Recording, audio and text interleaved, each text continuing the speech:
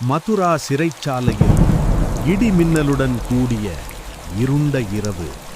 அங்கே சங்கிலிகளால் கட்டப்பட்ட வாசுதேவரும் அமைதியான முகத்துடன் தேவகியும் இறைவனை நினைந்து காத்திருந்தனர்.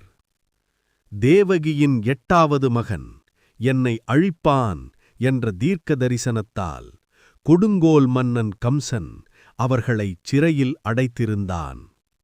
நள்ளிரவு நேரம்.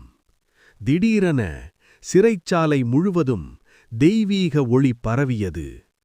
அந்தப் புனித நொடியில்தான் ஸ்ரீ கிருஷ்ணன் அவதரித்தார். அழகிய குழந்தையின் முகத்தில் புன்னகை மலர்ந்தது.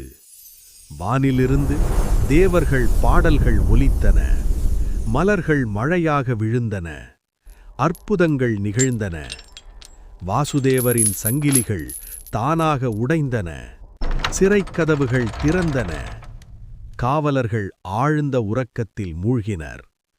குழந்தை கிருஷ்ணனை தாங்கியபடி வாசுதேவர் இரவின் இருளில் பயணித்தார். பெருக்கெடுத்த யமுனை நதி 2ஆகப் பிரிந்தது. ஆதிசேஷன் தனது பாம்புக்குடையால் மழையிலிருந்து குழந்தையை காத்தார்.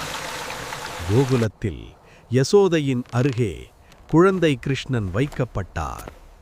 அந்த நொடியிலிருந்து உலகில் நம்பிக்கை பிறந்தது. ஏனெனில் தீமை அதிகரிக்கும் போதெல்லாம் தர்மத்தைக் காக்க இறைவன் அவதரிப்பான்.